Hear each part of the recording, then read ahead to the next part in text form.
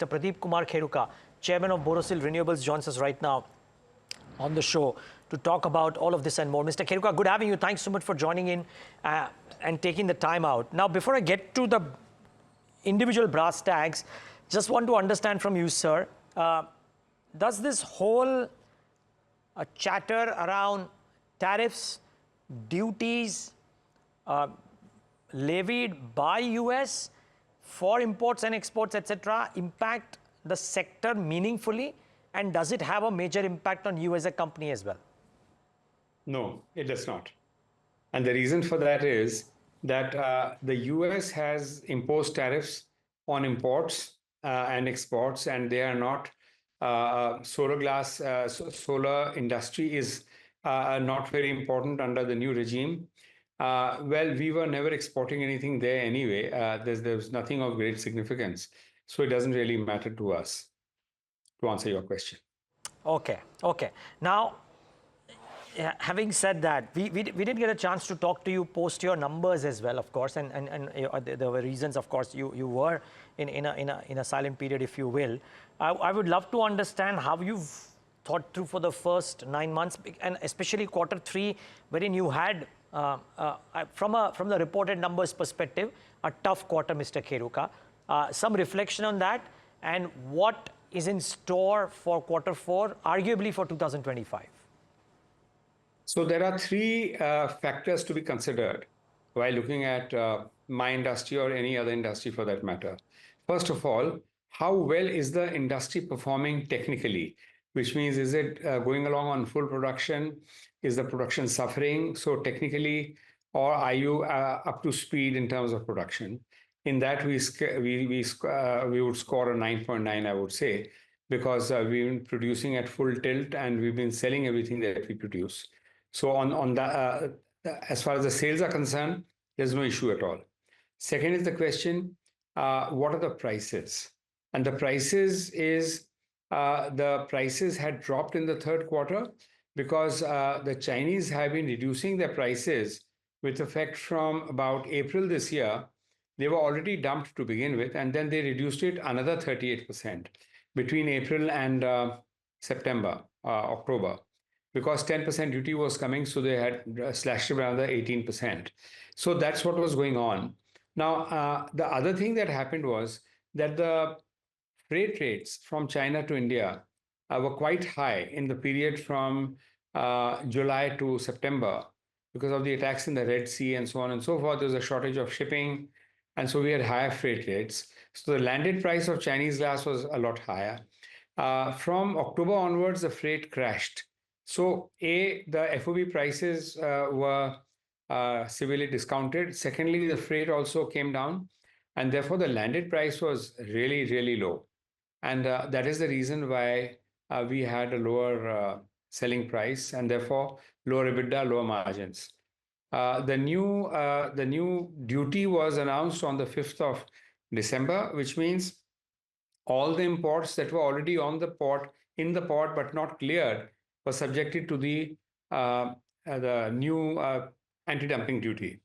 However, as far as the company is concerned, as far as we are concerned, we always have subsisting contracts for at least a month ahead.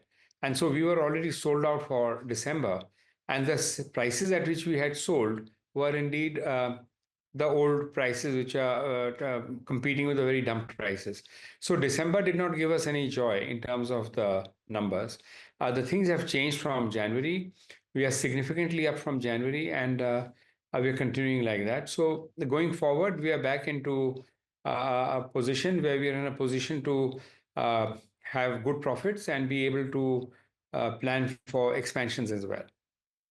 Okay, so just explain to us, Mr. Kheruka, this whole policy shift via ADD, right? And what is the key monitorable ahead? Because from what we glean right now as well, that while there was this whole 10% BCD on solar glass imports, but apparently there is no impact because there is a cut of FOB, 18% on the FOB export prices of imports by the Chinese. So at times it gets confusing for us to figure out the move taken and the impact on you or the space or the entire sector, if you will.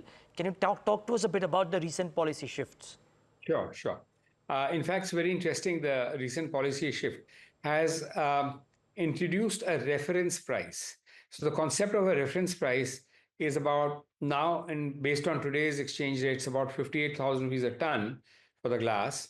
And if the glass is imported at any price below 58,000 rupees, it's actually in dollars per ton. Then the difference between the landed price and the reference price will be the amount of duty that the importer shall have to pay. So this is a sliding scale of duty, and the idea is to bring it up to a certain level. In the event that the landed price is 59,000 rupees a ton, let's say, or even 58,000 rupees, then no duty will be applicable. So what it does is it caps the price at this much. So the domestic industry, which is our user industry, is not impacted beyond a point, number one. And number two, what it does is that it gives us a chance to get a respectable price, which is good in terms of long-term growth and in terms of the IRR that any investor would like to see before he invests in it. Noted. Now, Indian operations, German operations, and others, and the set of questions mainly that come around, at least in terms of interest from investors, Mr. Kheruka, seems to be around German plants and the losses thereof. And when would those reduce? Now, considering the fact that while Germany is a great hub, but that it's a country that is going through a metamorphosis, if you will, and cost structures which for a lot of players are seemingly Herculean. I would love to understand what happens to the German operations when will the losses come off. Can you throw some light there? Certainly. So you see, let's begin with the European Union, because Germany cannot do anything independently. The European Union Parliament decreed about nearly 2 years ago, or a little more than that, that all renewable energy that is generated in Europe should be generated, at least 25% of it should be generated from equipment that has been made in Europe.